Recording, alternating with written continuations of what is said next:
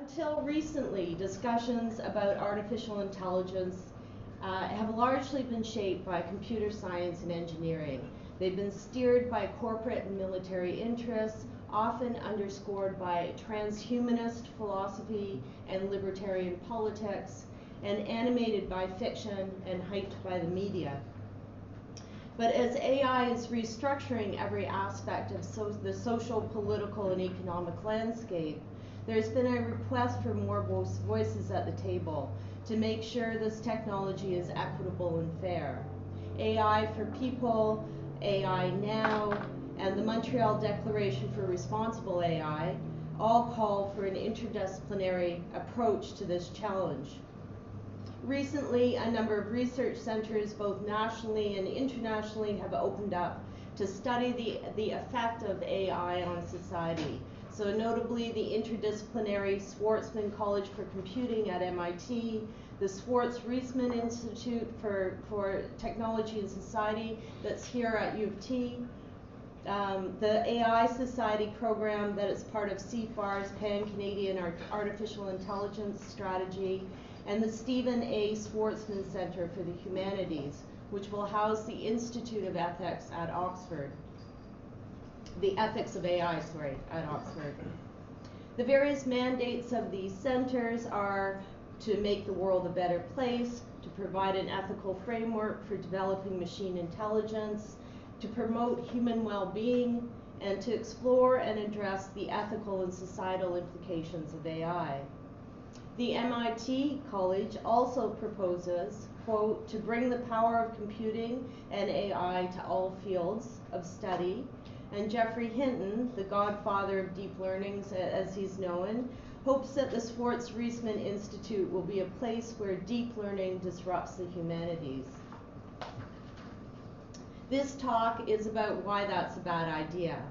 Why the humanities, the centuries of old study of human society and culture that relies on facts and evidence, should not be swallowed up by the recent trend toward a different type of knowledge generated by algorithms, big data, and machines, and why it's imperative to keep the tension between these fields alive. First of all, I'm wary of the term disruption. I think we need a little less of it at the moment. The American historian Jill Lepore describes the term, which emerged in the 90s, as progress without any obligation to notions of goodness. Disruption innovation, she writes, which became the buzzword of change in every realm in the first years of the 21st century, including higher education, is basically destroying things because we can, and because there's money that can be made doing so. On a practical note, the humanities are pretty cheap. We mostly don't need expensive labs and experiments, just library books, archives, students, time to think, research, collaborate, read, write, and teach. And so we end up mostly making money for the university as we cost so little to administer.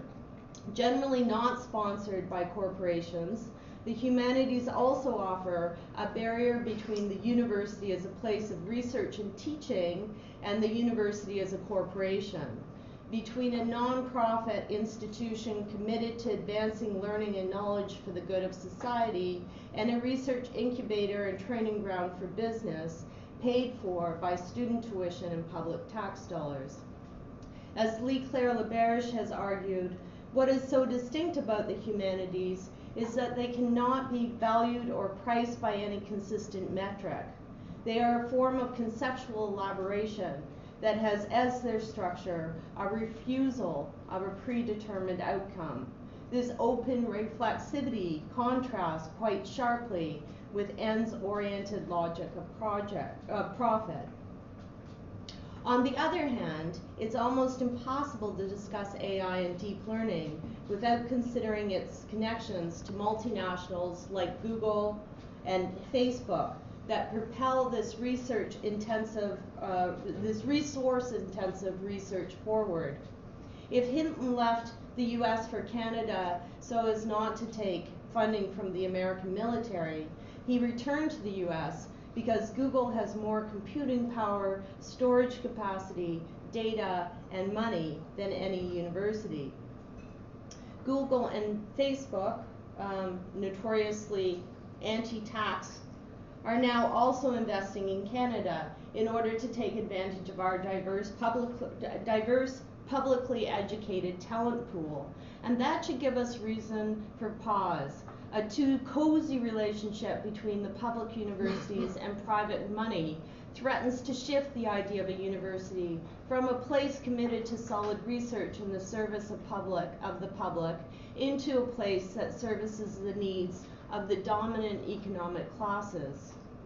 This problematic model is all the clearer in the wake of the MIT Media Lab scandal that's been unfolding over the last couple of weeks. With the resignation of Joki Ito, its director, over his close ties to Epstein, the convicted pedophile and accused sex trafficker, the tangled web of tech research and private funding gets a little darker and a little more sordid. The MIT lab was founded in 1985 with the intent of combining computing with publishing and broadcast industries.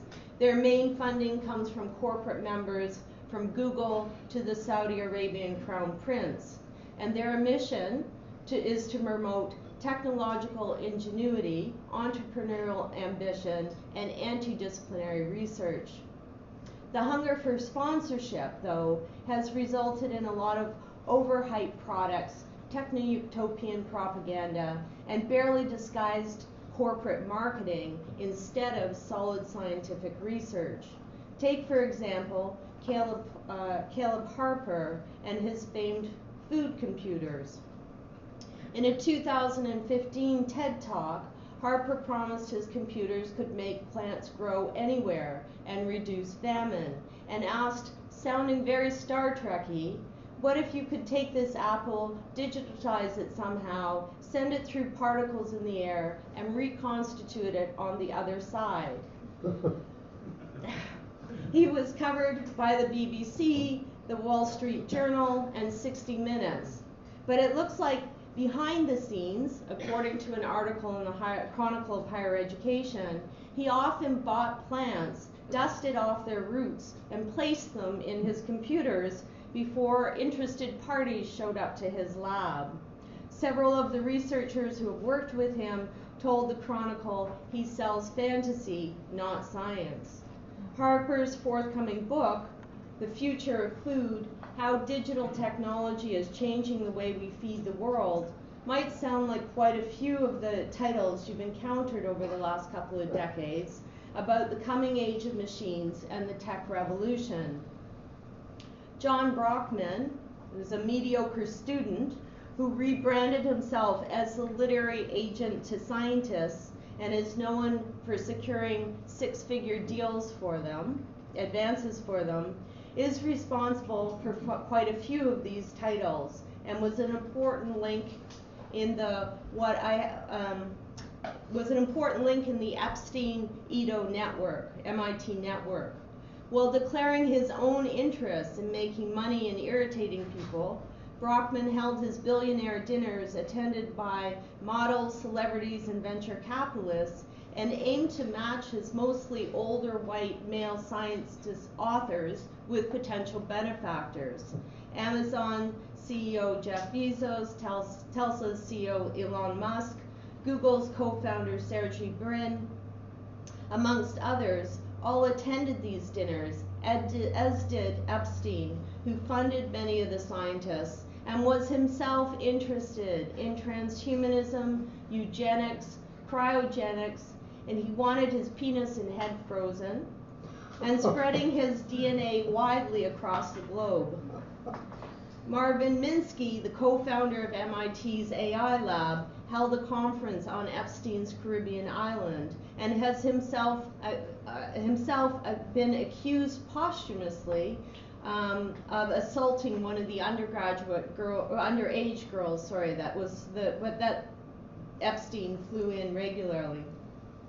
And just today, Richard Stallman, who's also another computer scientist at the MIT labs and also head of the Free Software Foundation, he's just resigned because of the comments he made defending Minsky and saying the girls probably were agreeable.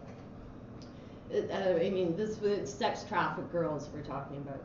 So in 1991, Brockman published his The Third Culture, referencing C.P. Snow's 1959 work, Two Cultures, about the gulf between scientists and literary intellectuals. While Snow wanted to encourage a dialogue between the two in his very cranky way to create a third culture, Brockman argued that scientists and tech elites backed by billionaires should dethrone literary intellectuals and take science ideas straight to the public. Rebranded as cool, all big ideas, big money, big egos, the entertainment industry, TED Talks, Wired Magazine, the Edge Foundation, sleek design, and a healthy dose of misogyny, science and technology, bypassing peer review, were set to take over the public imagination. The circle of scientists and techno-utopians promoted by Brockman, Epstein, and other billionaires have shaped research for the last couple of decades. The move fast and break things and invent the future mottos drive the mandate for places like the MIT Media Lab. Morozov has described this third culture takeover as, quote, a perfect shield for pursuing entrepreneurial activities under the banner of intellectualism.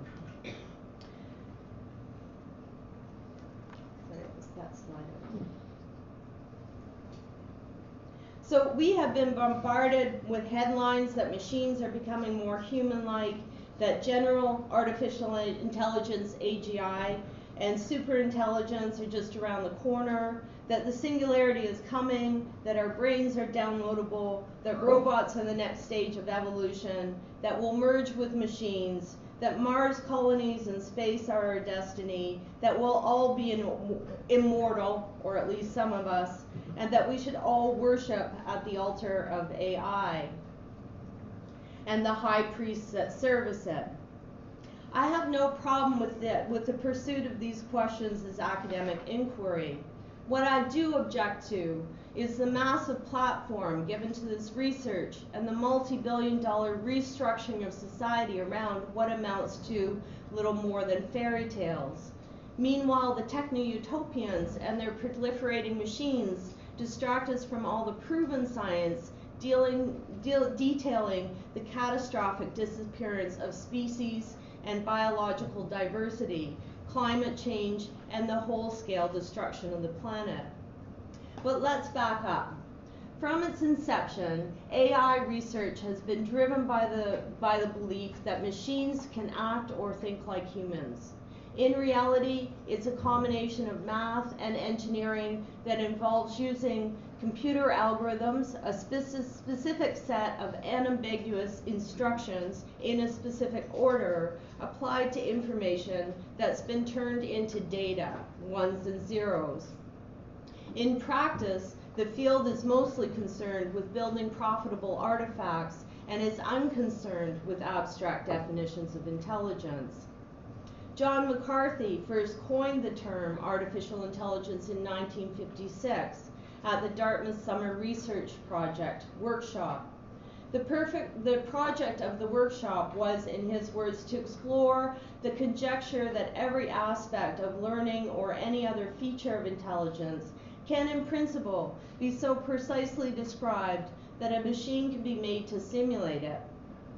What was conjecture quickly became gospel for many in the field, despite the fact that McCarthy himself later regretted coining the term. He wished he had named the field computational intelligence. So computation, a calculation involving numbers or quantities, would have better qualified the very limited range of intelligence that the field in fact covers, and would have better checked the almost automatic conflation of the concepts of the human and the machine that are so prevalent in discussions of AI. The first chatbot, programmed by Joseph Weizenbaum in the 1960s, used natural language processing that was loosely based on a psychotherapist who was famous for repeating back what his patients said in the form of a question. So this is just some of the example of ELIZA, and you can see how it works. Don't you ever say hello, hello, how are you today? What would you like to discuss? I'm depressed, sorry. Do you enjoy being depressed? So that's an example of how that program works. But when Weizenbaum witnessed both his secretary and students interacting with ELIZA, as the program was called, he noticed that though they fully understood how the computer program worked, which was to respond with stock phrases or pick up on the last words of the statements they had made, they nevertheless continued to divulge intimate details about their lives. Depressed, Weizenbaum concluded, I had not realized that extremely short exposures to a relatively simple computer program could induce powerful delusional thinking in quite normal people. In a 2010 documentary called Plug and Pray, he expressed his concerns about the development of this technology, given people's susceptibility to being manipulated by it. So fast forward 60 years, and the modern marketers of social robots like Sophia encourage this delusional thinking instead of exposing it.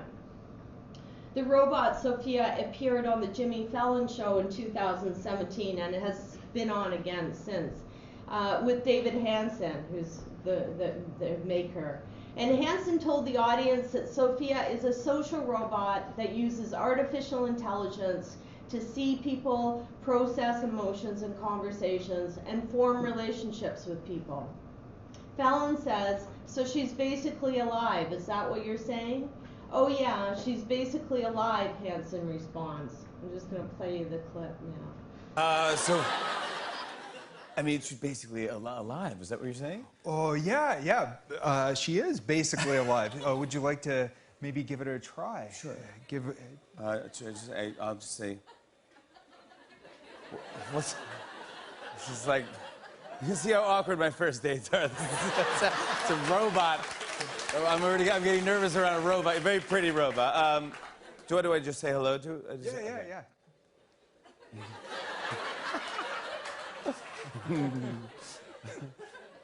Hi, Sophia. Hello, Jimmy. Oh, my God. Okay, so you can hear the audience's response there when she says, hello, Jimmy. Okay, so Sophia is no more alive than your washing machine. It does not see people. It does not understand conversations, and it does not form relationships. Essentially, Sophia is a chat box with a Twitter account run by humans. It uses face tracking. It can be preloaded with text, and it can run a dialogue system that responds with pre-written scripts, and it can gather facts from the internet. In other words, Sophia works on a bunch of separate and single-tasked algorithms that have been linked together and that all work with pattern recognition. An image recognition algorithm that can detect a specific person's face, for instance, Fallon's on this clip, that then triggers another algorithm that offers a selection of phrases, a transcription algorithm that turns a person's response into text that is then matched to a string of possible responses. You can find some of the open source code that runs Sophia on GitHub. So what you're watching is showmanship and really impressive spectacle, which makes sense given that Hansen, the CEO of the company, has an undergraduate degree in film and a graduate degree in interactive arts and worked at Disney. Yet this robot is hyped everywhere. It appeared at the Future Investment event in Saudi Arabia, which brought together global CEOs interested in driving, as a website announced, the next wave of business, innovation, technology, and investment. At this forum, Sophia was granted Saudi citizenship, to the outrage of many, given Saudi's record on women's rights and the wretched treatment of many foreign workers in the kingdom. Sophia went on to appear then she went on to appear at the UN, promising that AI will tackle global problems such as climate change and wealth disparity. Because sort of ironic, given that she was just at the Saudi event. But many people, in the AI world have called out Sophia as nothing more than an animatronic puppet and a fraud. And they're irritated with this deceptive marketing of the technology, which gives people the wrong idea about what it does.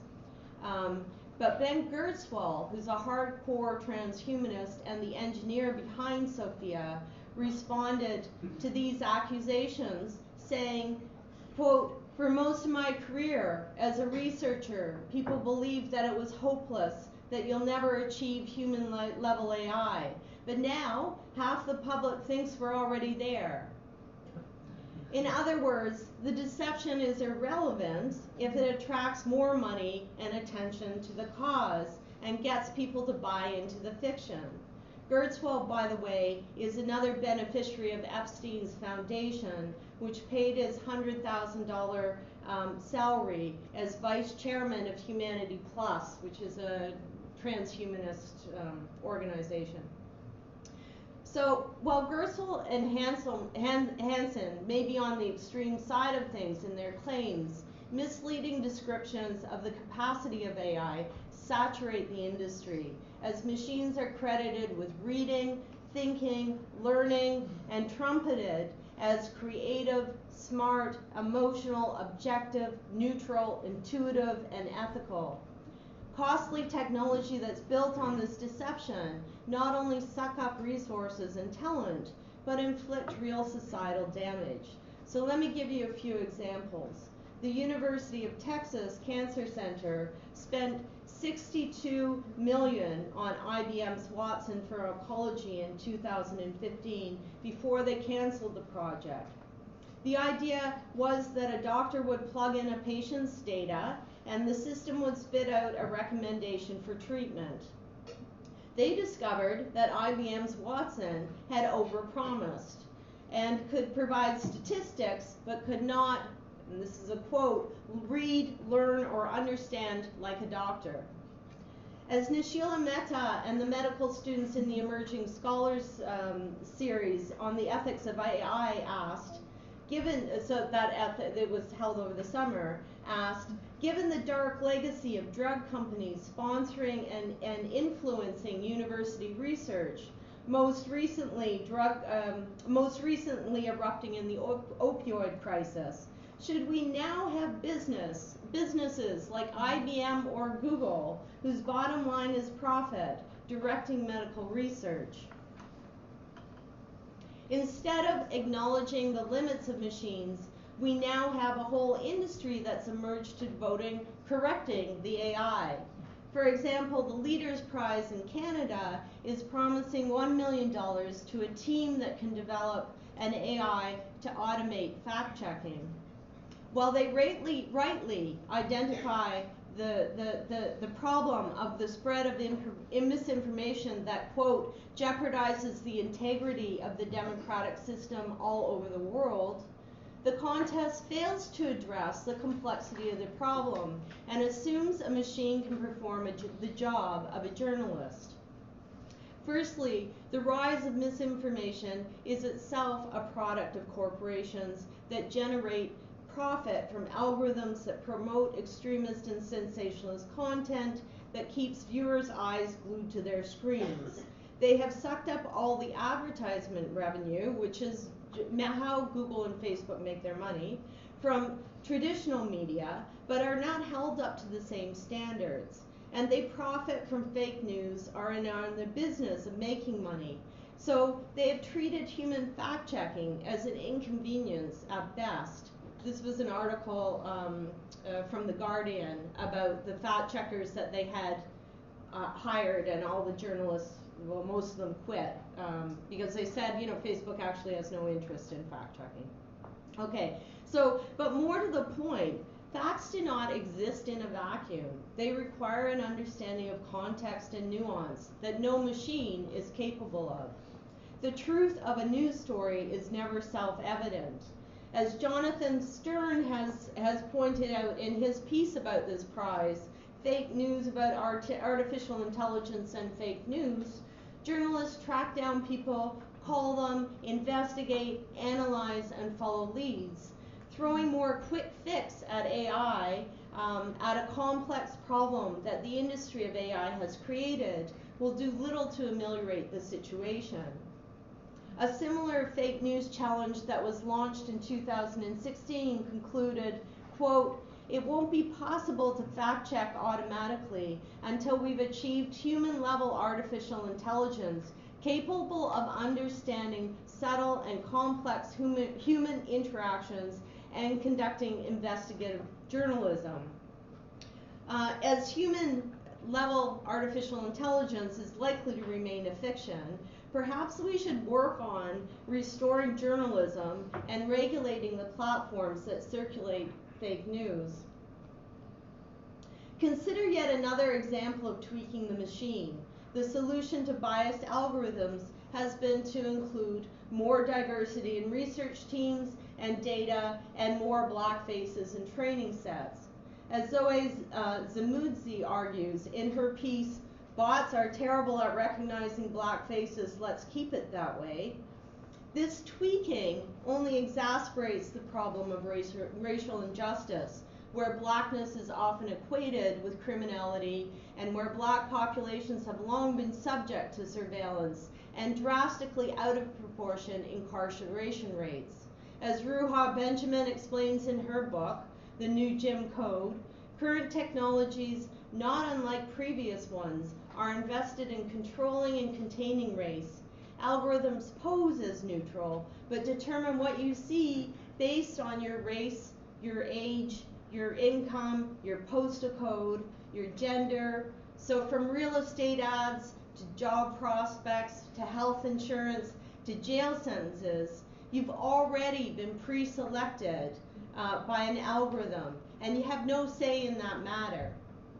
These quoted inequities only serve to reinforce existing hierarchies and the status quo. Big data processing is not about the future. It automates and accelerates past and current discrimination. So what does the industry mean by ethical AI? Well, there's a well-funded projects in places like Georgia Tech and Good AI Institute in Prague that are working on developing ethical robots by having them read literature. Okay, so that is my, area of expertise. But it seems that no literature professors were invited. So the robot on the front page of The Economist issue that profiles this research is reading Kant's book about what is right and good.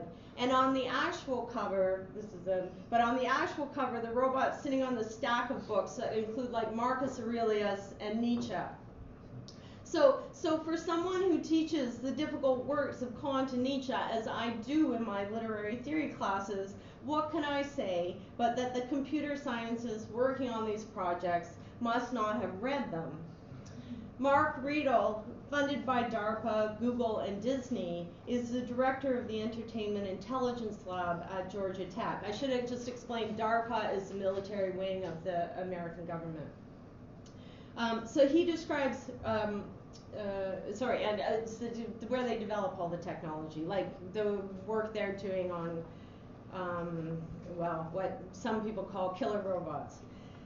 So he describes, Georgia Tech, he describes reading as essentially pattern matching, where the actions of thousands of fictional protagonists can be averaged out by a computer to determine, quote, the correct behavior that robots can then imitate. Reading is reduced to ersatz bits of information. Comprehension is beside the point.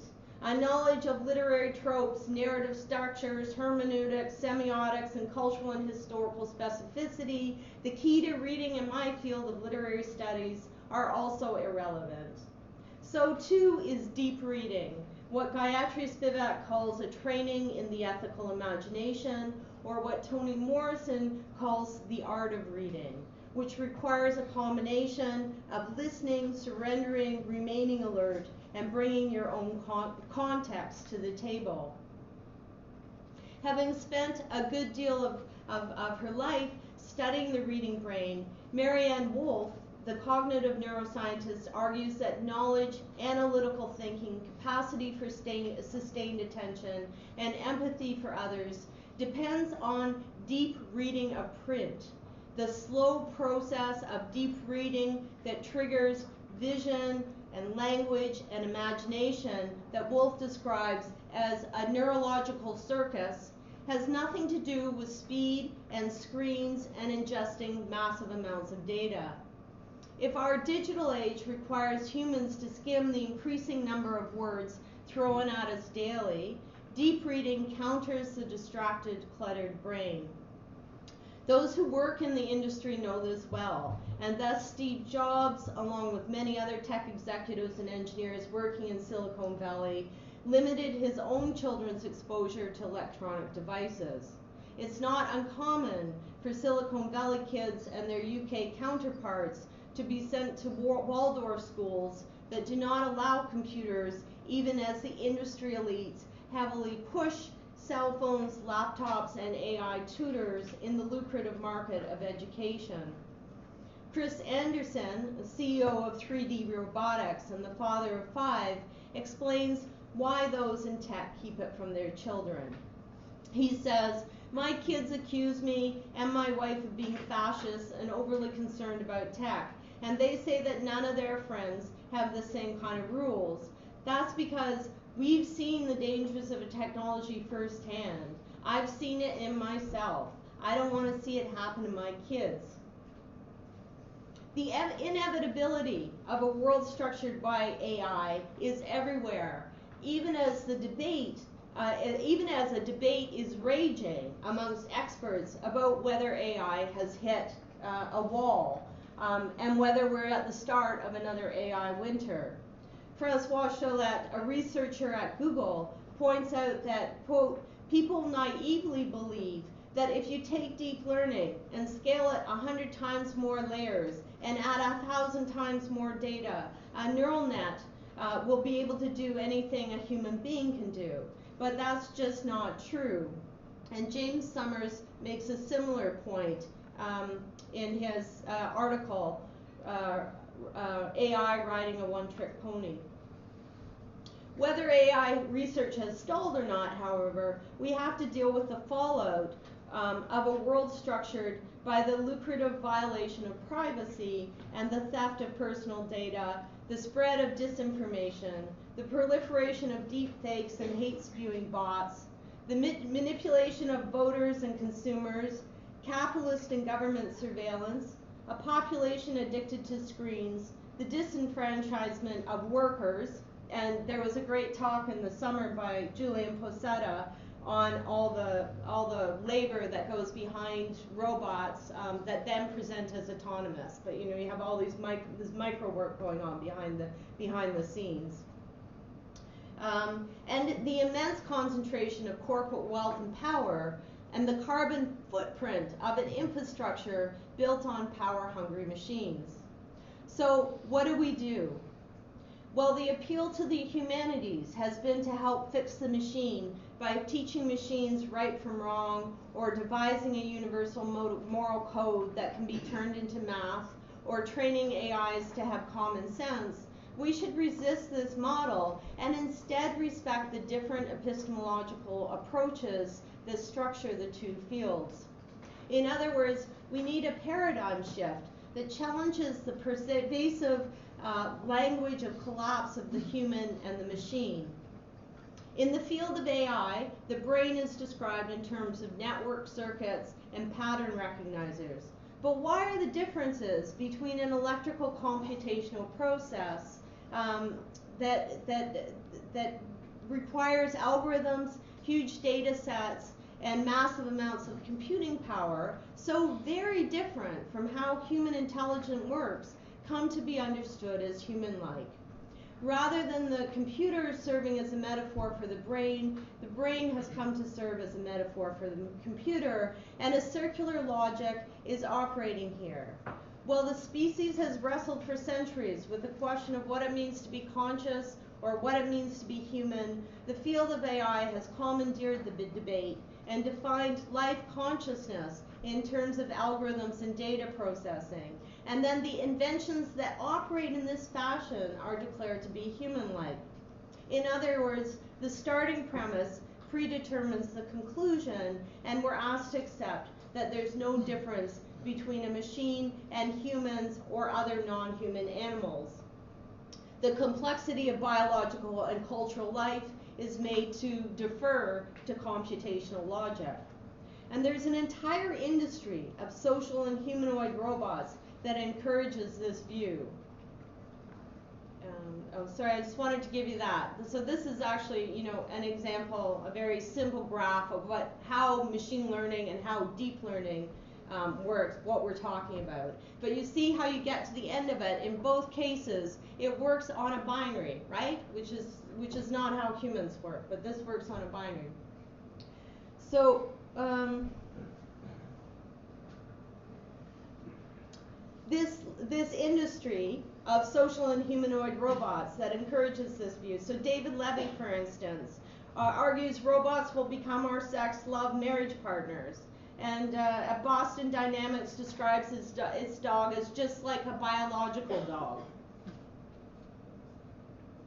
Sharp is marketing its RoboPhone, a small humanoid robot that promises you, quote, to know you better than anyone, while Pepper, a robot sold by the Japanese multinational internet company SoftBank, is offering to be your friend.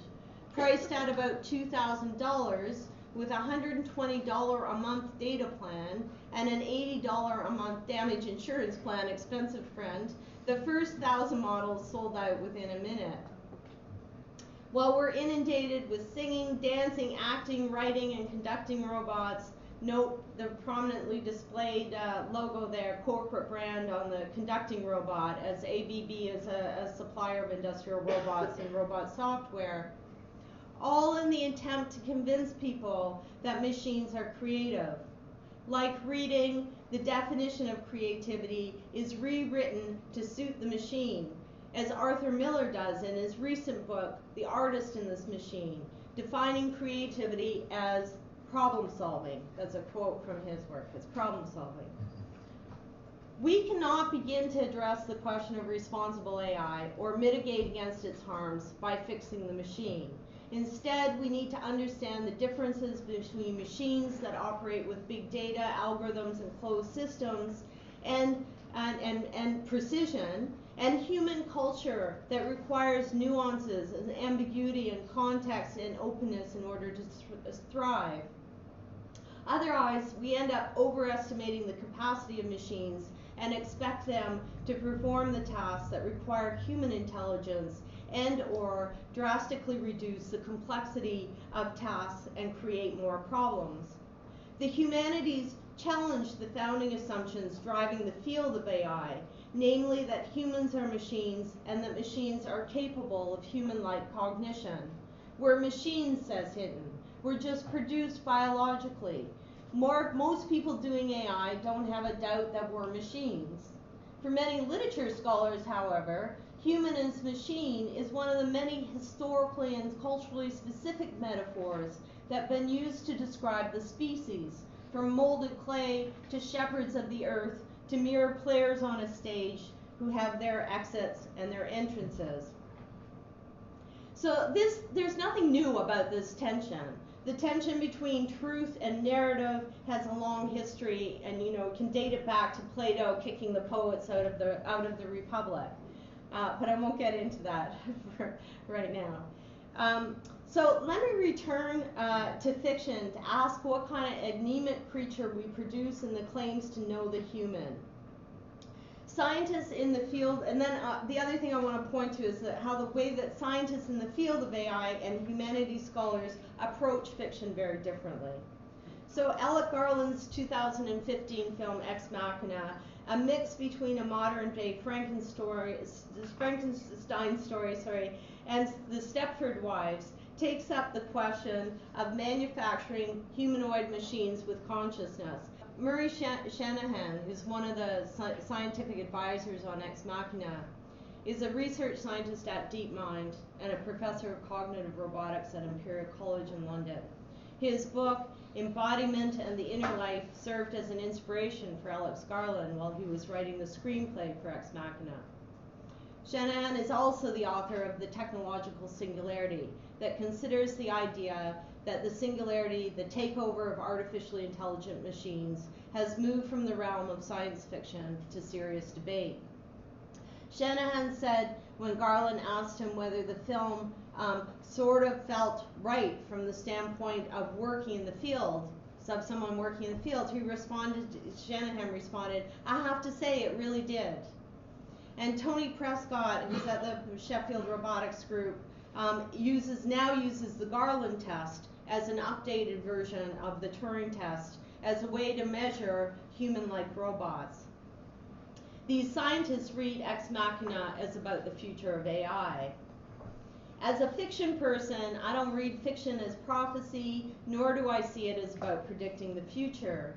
Rather, I read the film as defamiliarizing our own world and provoking questions. Like why, for instance, is Nathan's high-tech research lab located in the midst of massive, pristine natural estate with miles of forests and rivers and mountains?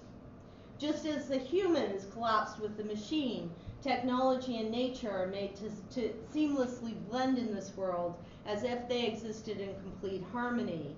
In the world of AI, words like Twitter, Amazon, Apple, the cloud encourage the idea of the continuity between nature and technology. In reality, of course,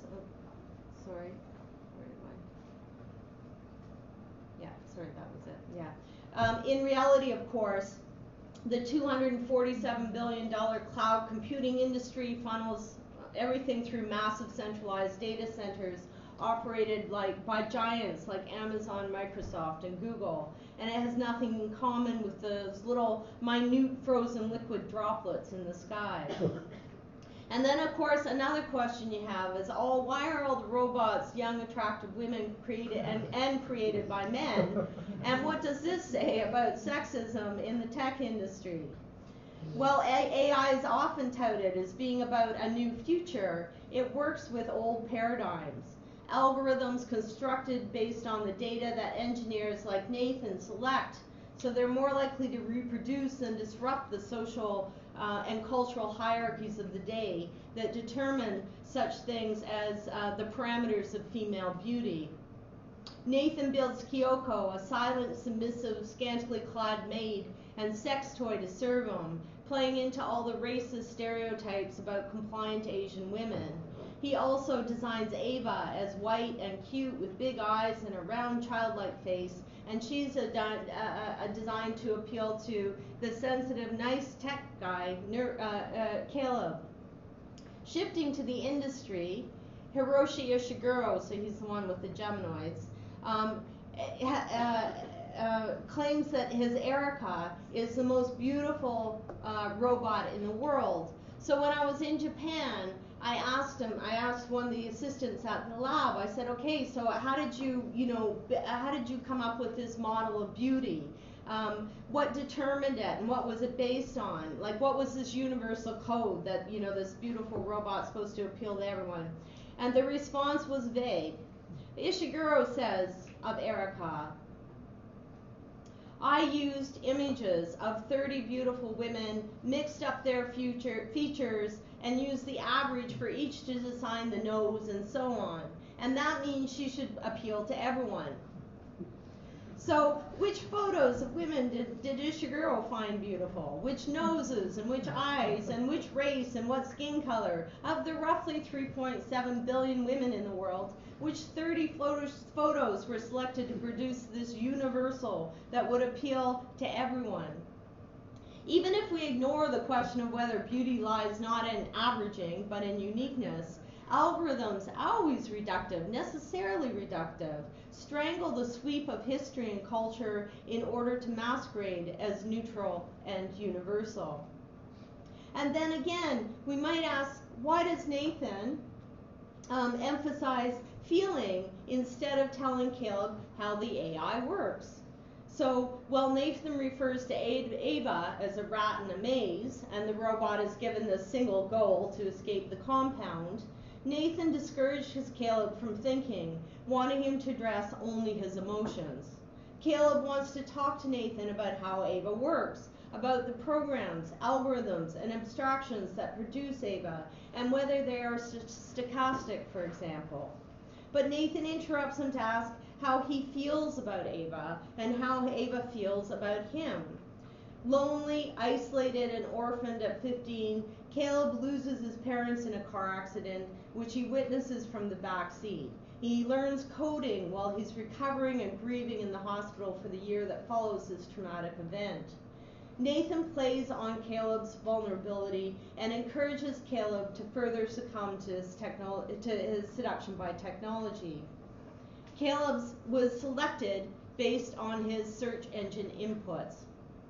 He has no family, no girlfriend, and Ava's look matches his pornography search profile. So the shiny metallic computer-like body and skull of Ava are designed to attract the alienated tech geek. This everyman is locked in a windowless, claustrophobic research facility and made to sign a standard non-closure disagreement. And we're all familiar with those, of course. The agreement predictably protects Nathan's corporate privacy, while Caleb is forced to surrender his, a ubiquitous practice with social media sites that are after your data, what's referred to often now as the new oil. Caleb signs only to discover that he, as Nathan tells him, is the real test. The tech nerd has been reduced to the very data he almost must generate. In one scene, Caleb cuts his arm and bleeds to make sure he is not a robot, though at this point, the distinction between the man and the machine has already started to collapse. Not because the robot has become more human-like, but because the human has been reduced to a machine. Caleb is produced and shaped by algorithms. His identity outside these codes has dissolved, and the end of the film finds him pounding on the windows of the secure, soundproof compound formerly inhabited by the robots. In the end, the real monster that the lab has engineered is Caleb. The data-mined human is reduced to components selected by a computer search engine that has come to define him. In the course of the film, Nathan comes back to what he and Caleb refer to as the chess problem. Is the robot working in a closed programmed loop, or does it know it is playing chess? In other words, are Ava's emotions mere simulations, or is it conscious and capable of displaying a real emotion? Nathan provides a third option, that Ava is pretending to like Caleb because he's a means to an end. And the burgeoning industry of social robots and AI is invested in playing that same game. So let me just conclude here. The techno-utopians and transhumanists who look forward to the singularity or merging of machines and man as this next step in human evolution, like Nathan, propose that, as you heard in that film clip, that, quote, one day the AIs are going to look back on us on the same way we look at fossil skeletons on the plains of Africa, an upright ape living in dust with crude language and tools all set for extinction. But in reality, of course, this linear teleological model of evolution has nothing to do with evolution. that is better thought by as a bush, according to evolutionary biologists. Humans may indeed join the other species headed for extinction, but it'll have nothing to do with a robot takeover. As we enter into what's been called the sixth extinction, caused by humans who contribute to that rapid eradication of the biodiversity of the planet on which they depend, machines built to maximize profit are unlikely to be our best option for the future. And as the future inevitably dates, we might also want to consider the infrastructure that we leave behind. Thanks.